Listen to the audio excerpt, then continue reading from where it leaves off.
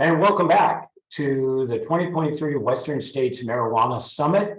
It is my pleasure to introduce a good friend and a national treasure, not only here in San Diego, but across the United States, Dr. Roneet Lev.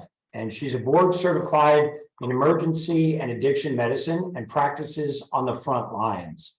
She was the first chief medical officer for the White House Office of National Drug Control Policy from 2018 to 2020. And after being chief of the emergency department at Scripps Mercy Hospital in San Diego. In her role as chief medical officer for the Center for Community Research, she chairs the San Diego Community Response to Drug Overdose, affectionately known as CREDO Task Force, bringing together the 3 Ps: public health, public safety, and prevention leaders. In 2012, Dr. Lev established and chaired the San Diego Prescription Drug Abuse Medical Task Force, known as PDATF-MT, the first of its kind in California. She has various medical publications known as the Death Diaries, studied the details of prescription patterns of people who died from accidental medication overdose. Dr. Lev is also the founder and vice president of IASIC, the International Academy on the Science and Impact of Cannabis. Dr. Lev is an energetic leader with a passion to assist communities in preventing and treating addiction. And Dr. Lev hosts the podcast, High Truths on Drugs and Addiction. It is my pleasure to welcome Dr. Roneet Lev. Thank you, Director King. What a lovely introduction. And listening to my introduction, I'm reminded that it can be painful when you're ahead of the curve. Because way back when I was talking about safe prescribing and educating on the dangers of opioid, that was not a popular thing to say. So all of us here and those who are in tune can probably relate to that, because talking about the harms of marijuana is not popular, but it's the truth. So I really applaud everybody for listening. You're on the right side of history. This conference is your support group for information, and it's just painful to be ahead of the curve. I also want to say a big thank you to HIDA and NMI for spearheading this conference and the whole initiative, just so people are aware of the science and the truth to make informed decision. So I'm going to talk to you about international drug policy and how it came about to that. So again, really it all started with HIDA for me. I didn't know that there was a bunch of law officers with guns who want to help doctors in the issue of safe prescribing at the time and opioids and such. And that led to various different initiatives, including the International Academy on the Science and Impact of Cannabis. There are a lot of people working on this issues of marijuana. You're not alone. Sometimes you feel you're alone, but you're not. But we decided, hey, there's a group of physicians who everybody's calling on us to get, what do the doctors think? We decided we're going to create an organization. And we were invited through that to come and present at the United Nations. That was an experience for all of us. So this April, ISAC, the International Academy of Science and Impact, you can see me and my colleagues, Catherine and Ken, who you'll be hearing from, Dr. Antley and Dr. Finn, presented at the Commission on Narcotic Drugs. We were invited by SAM, Smart Approaches of Marijuana, and Drug Free America to do presentations. I'm going to just share a little bit more about that, and that's our global experience on drugs. This is what kind of the main room looked like of the CND. It looked like a little United Nations. People in the front represented all the different countries. They had the little headphones translating. That was a kind of cool experience. Different states came up and presented their point of view on drugs. It was interesting.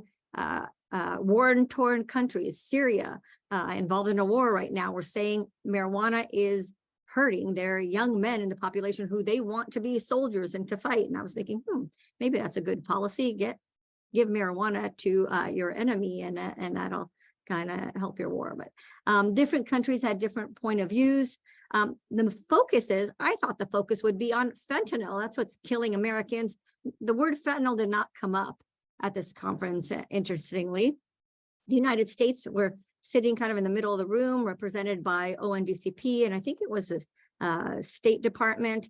And there were various groups there to do various presentations, such as us. And so there was voting on resolutions, presentation by states, and also for the entire week, there were many different mini sessions about various topics, and that's how we were involved. So who is CND? Like, what is this group? So we've all heard of United Nations. The United Nations has various different councils. You can see there the General Assembly, that's one that we usually see in New York, voting on different things. But the United Nations has offices around the world. One of the councils, one of the main councils for the United Nations is the Economics and Social Council. And under that, there is different things, but under that sits the Commission on Narcotic Drugs, and headquartered in Vienna. And with that is also the United Nations Office on Drugs and Crime. So the CND actually oversees the United Nations Office on Drugs and Crime. And there are other organizations that you've heard of, World Health Organization. There's also the International Narcotic Control Board. They're separate, but help and advise the two. And I'll get back to those two organizations because sometimes they have conflicting philosophies, the World Health Organization and their National Narcotic Control Board. So who is the CND? The CND is a policy body for the United Nations in drug-related matters. It was established by ECOS, that economic group that I mentioned. And later the General Assembly told the CND, mandated them to actually oversee the United Nations Office of Drugs and Crime. Their job, the mandate for CND, is to decide on the basis of medical and scientific assembly from the World Health Organization that I mentioned and the International Control Board. Both those organizations advise them and how to treat narcotic drugs, psychotropic drugs, precursor chemicals, how to schedule them, label them on a national level. Where we came in as Isaac, we were an NGO, a non-government organization, a non-profit, and there are many different nonprofits represented at the United Nations. The Vienna NGO Committee kind of oversees those. And so indirectly, all these different nonprofits through the Vienna NGO advise the CND, the International Narcotic Control Board, and UDOC, all those organizations that I mentioned on drug policy. So a little bit of history. We think of the war on drugs, when Americans think of the war on drugs, this is a picture that you think of. You think of President Nixon back in 1971, or Nancy Reagan's campaign, Just Say No to Drugs in 1980. This is our mind, and people think, oh, well, this failed. But we got to dig a little back further to understand the war on drugs. The real war on drugs actually started in 1839. That was the Opium War. The very first Opium War started between China and Britain. Britain was making a lot of money on the opium trade with the East India Company sending ships over to China, and China was the #1 importer of opioids. And Britain was making a lot of money, and they were saying, well, you can't make us stop that. This is an important part of our economy. And China was saying, you are killing our citizens. A great percentage of our population, 1 in 4, was addicted to opium. 1 in 4 men, nearly 25% of the population was addicted to opium. And China said, stop it, stop importing opium into our country. And Britain said, no, this is important to us. And we went to war. They went to war over that. And then there was a treaty that China had to make lots of concessions for, monetary concessions, Hong Kong as a concession, free trade access into China for drugs. And then that peace treaty didn't last. There was a second opium war again, and again, China lost. So at the end of that, what did China do? They said, well, if you can't beat them, join them. And they said, well, now we are going to make opium, and instead of making rice, we're going to make opium. They became the largest exporter of opium. And now the tables have turned around, and people now don't like to be the receivers of drugs. And so what happened then is like, wait, this is getting out of control. Let's have a treaty. Let's have a conference. Let's talk about this. In 1909, the Shanghai Opium Commission started. That was the start of the 1912 First International Convention of The Hague to talk about drugs and say, hey, let's just all agree that we will not send narcotics to each other's countries that are not meant as a medicine. And they agreed, they signed this, then the League of Nations signed it, then the United Nations signed it, and then, fast forward to what we have today, much more complex, but a treaty based on not sending illegal drugs to each other's countries that are not meant as for medical purposes. The first treaty that was signed after that was a 1961 treaty. It was a single convention of narcotics, drugs. If you think of the drug scheduling that DEA has, Schedule 1, Schedule 2, Schedule 3, this is kind of what was done on various different drugs to decide what's medicine, what's not, what's worse than the other, and created a schedule. And the main purpose is to schedule that for what's, okay for medical and scientific purposes, what's not, and to combat drug trafficking by cooperation, preventing illegal drugs going to each other's countries, and working on that. That was the purpose. So you hear me talking about scheduling, and maybe you have heard or seen these headlines that may be confusing. The United Nations declares cannabis as a less dangerous drug. People are like, oh, the United Nations says marijuana is good. They changed the schedule on marijuana. But as in many parts of our news, you need to dig further because the headline may be misleading, may be fake news, and I'm going to dispel a little of that. As always, there's some truth in the headlines, but when you really look at it deeply, it's not what it seems. So the United Nations did not say cannabis is good and healthy for everybody. Let me tell you what they actually did do. First of all, we have to understand the scheduling. The scheduling in the United States is Schedule 1, 2, 3, 4. 1 being really dangerous, no medical purposes, and 4 being less dangerous, and then things that are not scheduled as well at all, like Tylenol and aspirin and even CBD.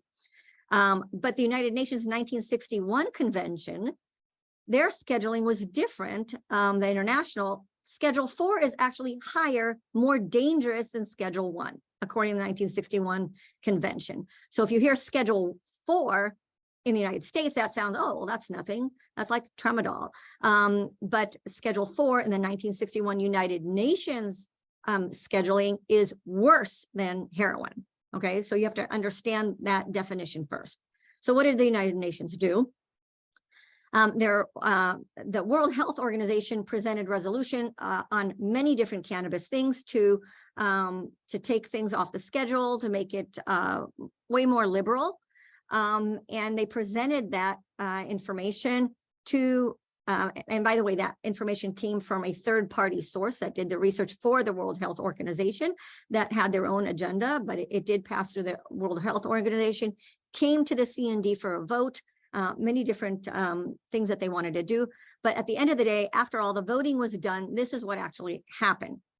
If you looked at the yellow, kind of yellow-blue lines, you can see Schedule 1 and 4. Remember, 4 is really bad, worse than heroin, according to 1961. You had cannabis and cannabis resin.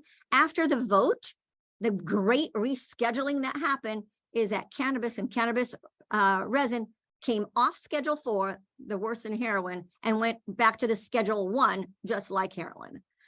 So that was the great rescheduling. No one said cannabis is off the schedule or safe or healthy. They took it off Schedule 4 and put it into Schedule 1, which is what we have in the United States. And that is all that was done.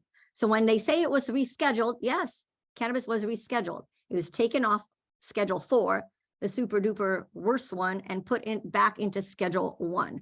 Now, the World Health Organization wanted to do other things. The CND said no. They voted as a nation not to do that. So you could see here, that's what rescheduling meant. So again, the World Health Organization, as recommended by their expert committee on drug dependence, had several different things. The one thing that passed was taking cannabis off Schedule 4, but it remaining on Schedule 1. That's part that doesn't make the news. Yes, it was taken off Schedule 4, but it's still on Schedule 1. And then there were ever things about taking things completely off the schedule and such, and those were rejected by the CND. So that's the scheduling story. And you could see that I showed you that the World Health Organization had liberal kind of views of cannabis.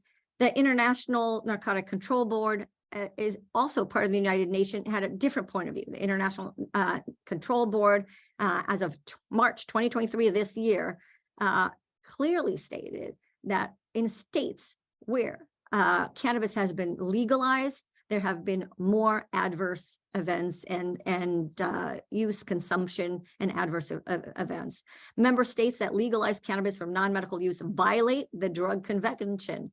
That was also part of the International National Control Board point of view. And you can see how there's different point of views from World Health Organization and International Control Board. At the end, there has to be a United Nations, and I showed you what came out of that.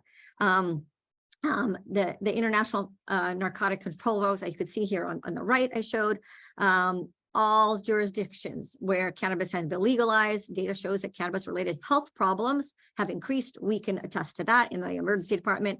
Legalization results in higher consumption and lower perception of risk. We have data, and the United Nations has data to show that. Increased medical emergencies and traffic accidents. You know, I can personally attest to that, but we have the data to show that as well. Illicit market persists.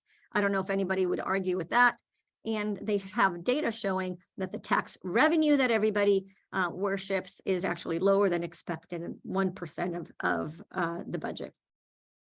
So at what Isaac presentations from the CND, you're going to hear some of that from me and Dr. Finn and Dr. Antley, who were there, but we actually saw, you know, at their presentations with different opinions. You've had opinions from us, from Isaac. We were, I think, one of the very few actual doctors, MDs in the whole convention. There was a lot of policy, philosophy, politics, industry. We were one of the few actual physicians there, but we saw the people there giving presentations just like we were giving presentations. And interestingly, also from the United States with different opinions, where no surprise to that. But there were people pushing the normalization of drug use. And their classic line in their presentation was, you have your wine and we can have our line, meaning line of cocaine. And just to show you the different philosophies and viewpoints that we see in the United States, also seen at the United Nations. The United Nations, the CND, publishes a World Drug Report. You could access it. They have an interactive report. And I'm just going to show you a few of their hundreds of pages, but they show globally that, you know, cannabis is the #1 drug used throughout the world, much more than any other drug.